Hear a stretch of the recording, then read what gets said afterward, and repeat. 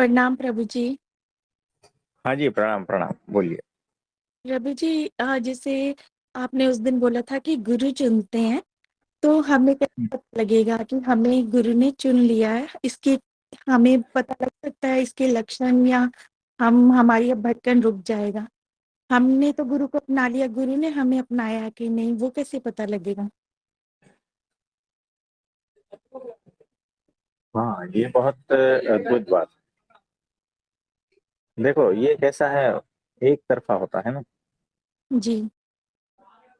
कि हमने तो बना लिया है, हम तो मान चुके हैं कि वो हमारे गुरु हैं। ठीक है। जी। लेकिन वो स्वीकार किया है, कैसे पता चलेगा? तो उसका ये है कि आप उनके वचनों का किस तरह से पालन करते हो। ये आपके भीतर भीतर होता जाएगा। आपके भीतर के आवरण हटते जाएंगे। आपके भीतर के जो भ्रम है वो टूटते जाएंगे। आपके भीतर प्रसन्नता हमेशा छाई रहती है। और ये सारा कुछ जब होने लगता है ना, तब समझना कि वो गुरु ने आपको स्वीकार किया जी। है ना। चाहे वो आपके सामने हो, प्रत्यक्ष हो या परोक्ष हो, चाहे वो नजदीक हो या दूर हो, चाहे वो आपसे बातें करते हो या ना करते हो, चाहे आप कांटेक्ट में हो या ना हो। तो सबसे प्रथम तो ये बात है कि जब वो आज्ञा देते हैं ना, इसी का मतलब यही हो जाता है।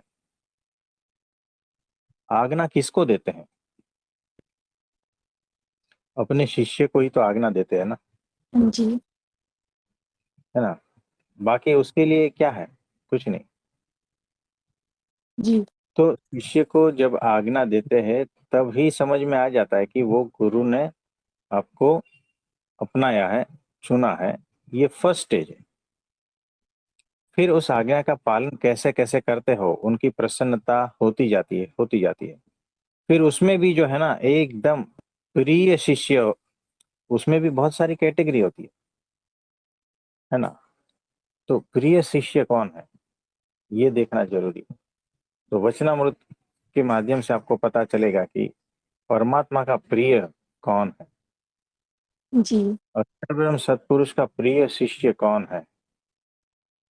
देखो, परमात्मा का प्रिय केवल एकमात्र अक्षर ब्रह्म, और कोई नहीं है।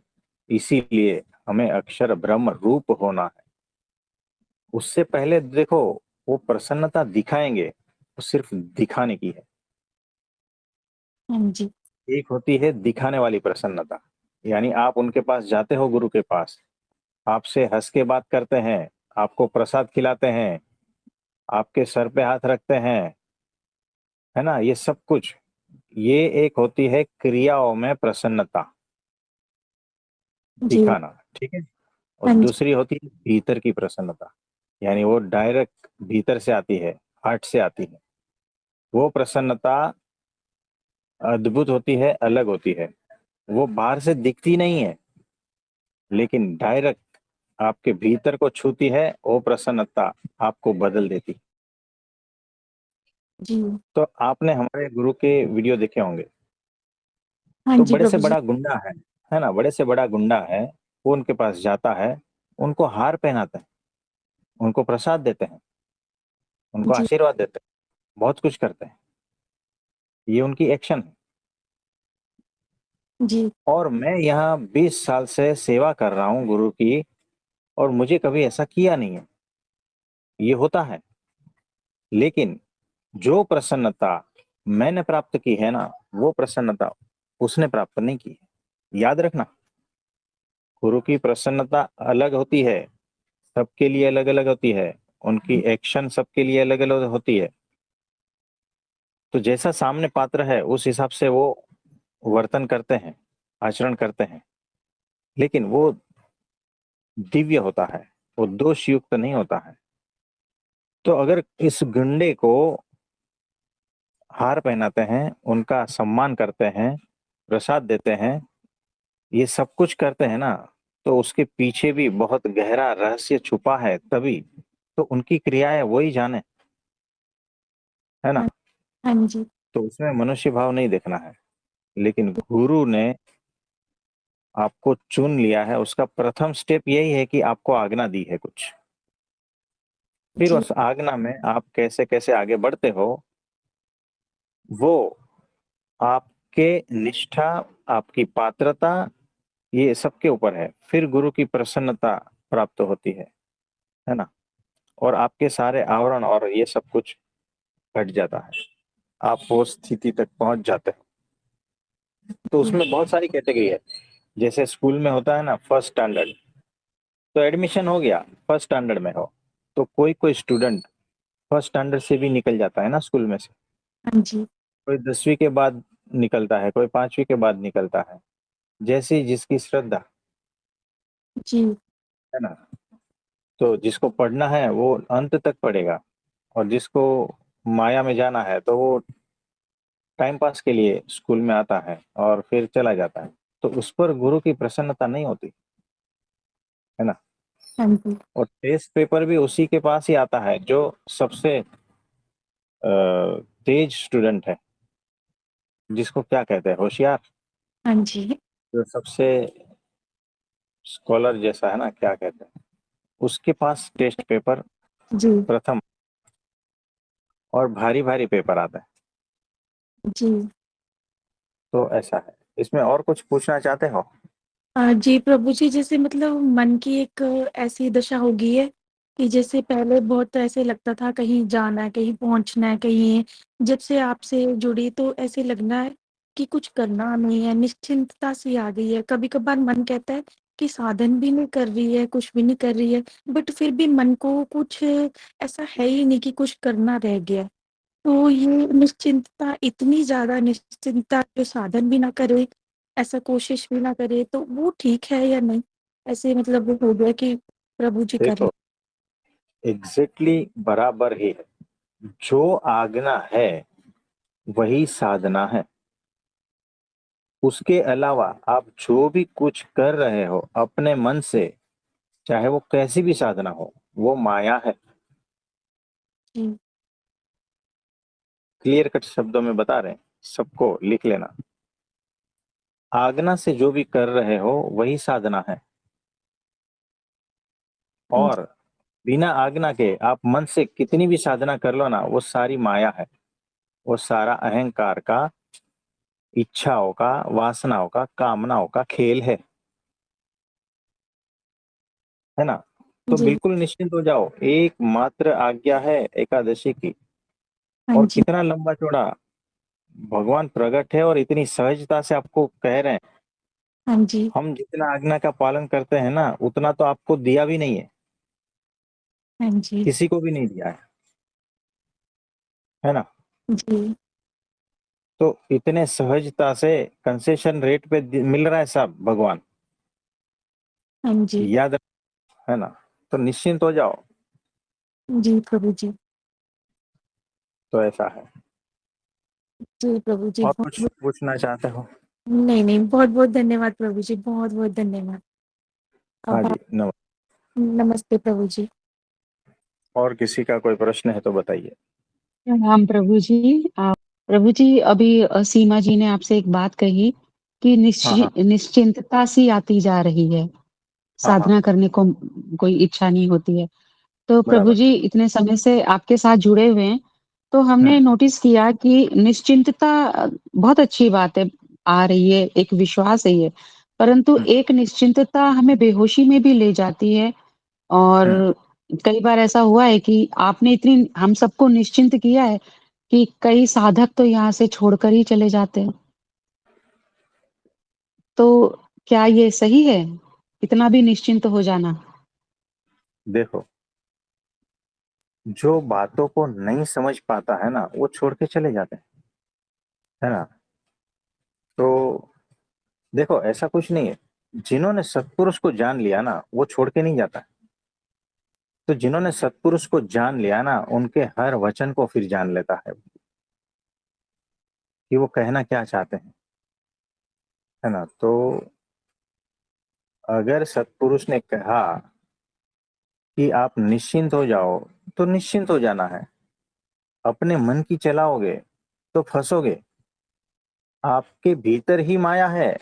आपका मन, आपके विचार, आपकी बुद्धि, आपकी मान्यताएं, ये सारा कुछ यही माया है। तो चेक करना है विवेक पूर्वक कि हावी क्या हो रहा है। सत्पुरुष हावी हो रहा है या फिर मेरे भीतर के ये सारे मलिन वो हावी हो रहे हैं, है ना। तो जहां पर जो हावी होता है वो जीत जाता है आपके भीतर। आपके भीतर अगर सत्पुरुष हावी है तो सत्पुरुष की ओर आप बढ़ोगे, और आपके भीतर अगर माया हावी है तो माया की ओर बहते जाओगे, नरक की ओर बहते जाओगे। ये ऐसा है।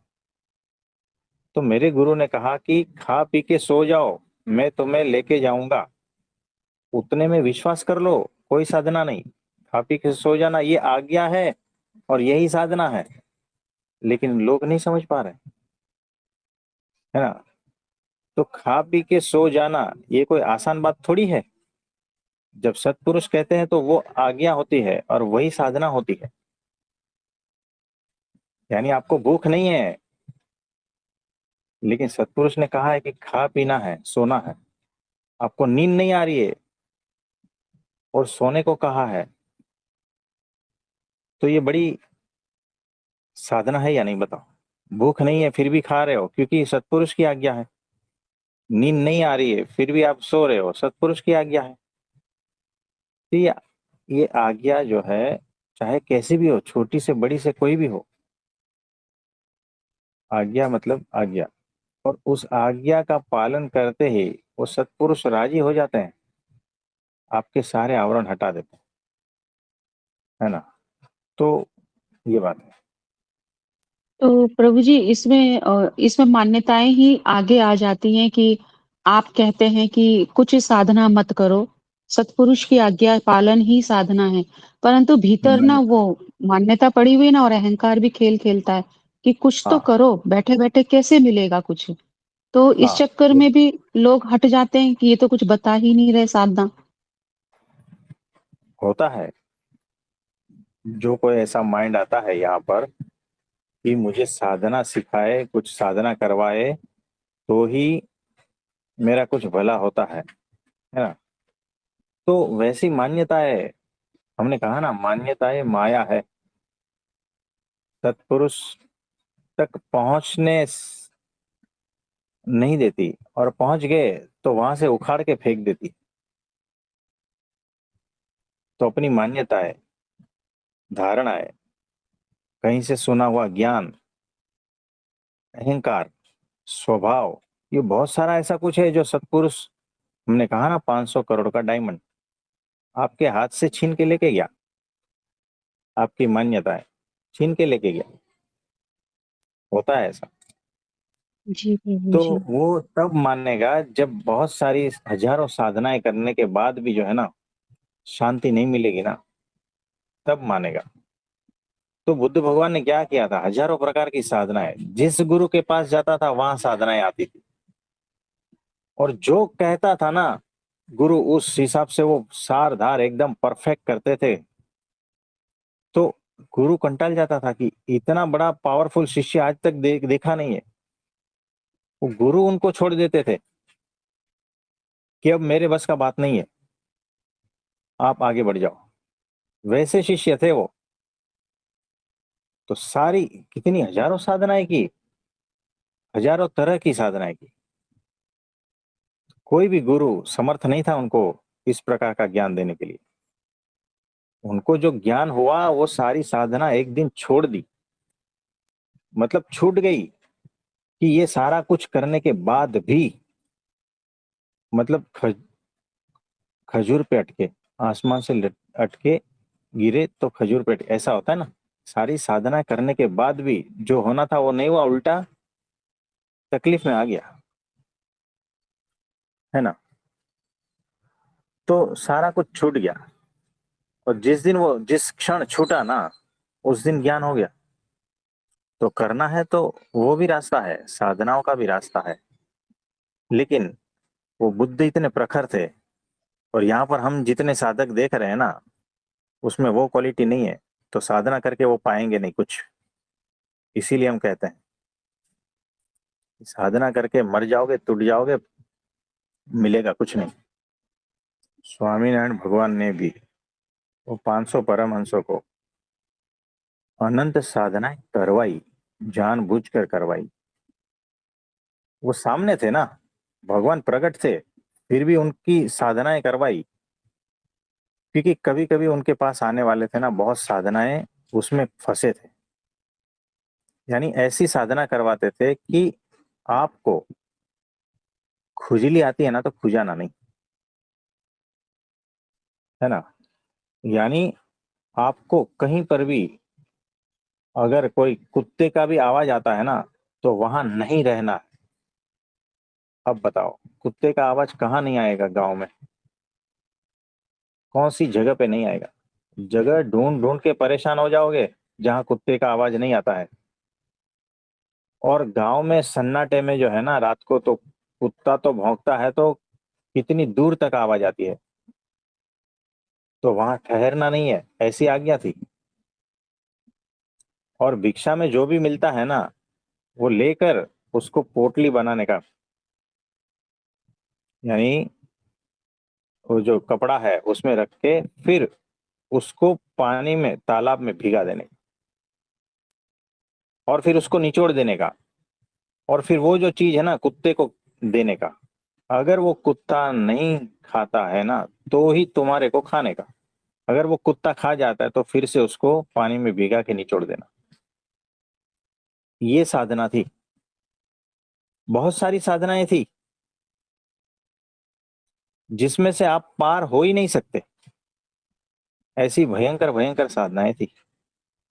तो छोटी बात नहीं है, इतनी सारी साधना करने के बाद भी थे तो सामने प्रकट ही ना। लेकिन साधना का भूत जिसको सवार होता है ना, उसको प्रकट भगवान दिखाई नहीं देते। सामने भगवान है फिर भी वो पहचान नहीं पाते। तो साधना के चक्कर में, वो माया का ही चक्कर है। साधना का चक्कर इज इक्वल टू माया का चक्कर, याद रखना। और सत्पुरुष की आज्ञा वही साधना, और वही माया के चक्कर से छुड़ाने की चाबी है। तो माया से अगर छूटना है, तो सत्पुरुष के वचन में श्रद्धा, विश्वास और उनका आज्ञा पालन, तो सारी साधनाएं छूट जाएगी। तो ऐसा है। और कुछ पूछना है? पूछना पूछना तो कुछ नहीं है प्रभु जी, ये कितनी अजीब सी बात है ना कि सामने भगवान बैठे और उनसे ही मिलने के लिए मैं बैठ के आंखें बंद करके साधना कर रही हूँ, जबकि वो सामने बैठे हैं। मैं खुली आंखों से भी उन्हें निहार के आनंद ले सकती हूँ, लेकिन मन के खेल में मैं बैठ के आंखें बंद करके और एक पैर पे खड़े होके और ना जाने कितने प्रकार की साधना कर रही हूँ कि कैसे मिलूं इनसे। कितना बड़ा भ्रम है प्रभु जी। ये भ्रम और मूर्खता है, परम मूर्खता इसको कहते हैं। और देखो, वो समझ नहीं है, इसीलिए वो समझदारी नहीं है अभी, वो परिपक्वता नहीं है। उनकी मान्यताएं उनको भटका रही है, कि मेरी मान्यता है कि मैं ऐसा करूं तो परमात्मा के दर्शन हो जाएंगे।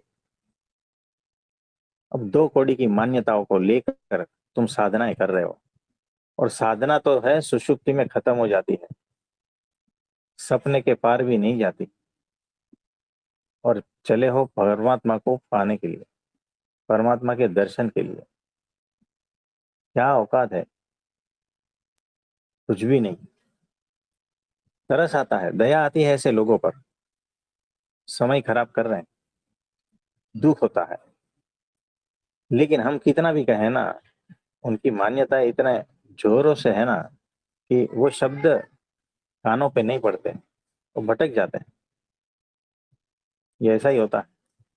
तो जो साधना के चक्कर में फंसा है ना, तो समझना वो नरक के चक्कर में फंसा है। उनको ऐसा लगता है कि परमात्मा को पालूं, लेकिन उपलब्धि उनको नरक की होगी, पक्का लिख लेना, क्लियर। लेकिन उसे पता नहीं है। ये साधनाओं के चक्कर में उनका माइंड ऐसा हो जाएगा ना कि उसको जीते जी नरक की अनुभूति होगी। उसका माइंड उसको इतना परेशान करेगा, जीते जी नरक की अनुभूति, पक्का लिख लेना। जो साधना में फंसा है ना, उसको तो भगवान भी जो है ना बहुत मुश्किल से बचा पाता है, अपने मन की गई हुई साधना। क्योंकि ये मान्यता का ठोस रूप होता है, ये मान्यताओं का प्रबल रूप होता है। साधना जो है ना, ये अहंकार का प्रबल रूप होता है, और इतना प्रबल अहंकार को तोड़ना काटना आसान नहीं है, नहीं छूटता है। अरे भगवान को छोड़ दूंगा, साधना नहीं छोड़ूंगा, होते हैं ऐसे। बताओ, ये कितना विपरीत बुद्धि है, शापित बुद्धि है ये, बहुत ही शापित बुद्धि है। तो हमारे पास आते हैं लोग, ये साधना करो वो साधना करो, पूछते हैं, क्योंकि उसी चक्कर में फंसे हैं ना। 25-50 गुरुओं ने बता दिया है वो साधना करो वो साधना करो। ये जो पूछ रहा है ना वो मूर्ख है कि क्या करूं। ये जो क्या करूं क्वेश्चन आता है ना, तो हर गुरु है ना उसको कुछ ना कुछ साधनाएं बता देता है, और उसी चक्कर में वो बेचारा फंस जाता है। तो मेरे जीवन में ऐसा ऐसा ऐसा ऐसा है, क्या करूं, ये सवाल लेकर गुरु के पास जाता है। गुरु बोलता है ऐसा ऐसा करो, तो भी ठीक नहीं होता है, तो अब क्या करो। गुरु और कुछ कहता है, वैसा वैसा करो, फिर भी ठीक नहीं होता है, अब क्या करूं। बस ये चक्कर में फंसा रहता है, क्या करूं क्या करूं। और गुरु कहता है ये करो वो करो वो करो, है ना।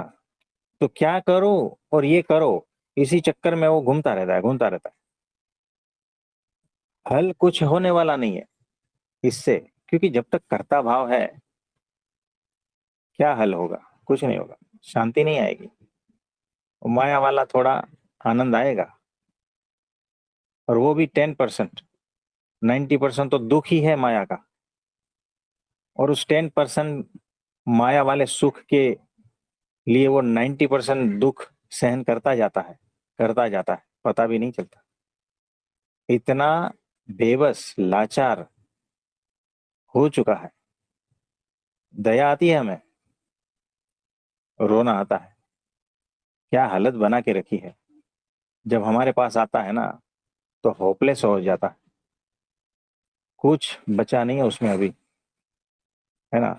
यानी सीधा अटैक होकर ही आता है, समय नहीं है अभी, गाड़ी भंगार में जाएगी ऐसा लगता है। न उसके पास वो समय समझ है, न बुद्धि है, न देख पाने की वो शक्ति है, कुछ भी नहीं बचा है अभी, क्योंकि सारे गुरुओं ने लूट लिया है सब कुछ। हमारे पास आते हैं बहुत सारे, कर्जे में फंसे हैं। क्यों? नहीं, वो कोर्स किया था वो कोर्स किया था वो कोर्स किया था, सारे कोर्स करके कर्जे में फंस गए हैं। अब नहीं पाया कुछ नहीं, बस अब ये हालत है, पूरे होपलेस हो गए। न पैसे हैं, न खुशी है, न आनंद है, घर भी बर्बाद है। क्योंकि गुरुओं के चक्कर में जब जाते हो ना, तो घर वाले सबसे पहले उससे नाता तोड़ देते हैं। तो ये हालत होती है, ये सब हमारे पास आते हैं। एक एक का हिस्ट्री सुनोगे ना, तो आप रोओगे, ऐसे भयंकर पीड़ाओं में है सब। तो हमारे पास तो थोड़े है, हमारे गुरु के पास तो जो है ना, रोज के कितने भयंकर तरीके से लेटर्स जाते हैं, वो सब पढ़ते हैं, सबका मार्गदर्शन करते हैं। तो उनका बर्डन तो कैसा है, 92 ईयर है, हजारों का मंदिरों का वहीवट करना है, उनके नीचे लाखों शिष्य है, हजारों संत है, सबका, है ना। और उसमें से ये भयंकर वाले लेटर्स, जिसमें कुछ भी आध्यात्मिकता जैसा कुछ भी नहीं होता है, जिसमें सारा का सारा संसार का ही होता है, माया का ही होता है। फिर भी सबका सुनते हैं, मार्गदर्शन देते हैं, सबको राजी रखते हैं, इतनी पीड़ा के बाद भी, है ना। वो 92 ईयर है, पैरों में सूजन है, हाथ दुखता है, गर्दन दुखती है, और भी ऑपरेशंस हुए हैं, है ना, लेकिन कोई हॉलीडे नहीं, कुछ भी नहीं, बस अविरत। वो अपने शरीर को जूते चप्पल जैसा बना दिया कि जितना रगड़ सको रगड़ लो, है ना, वैसा बना दिया।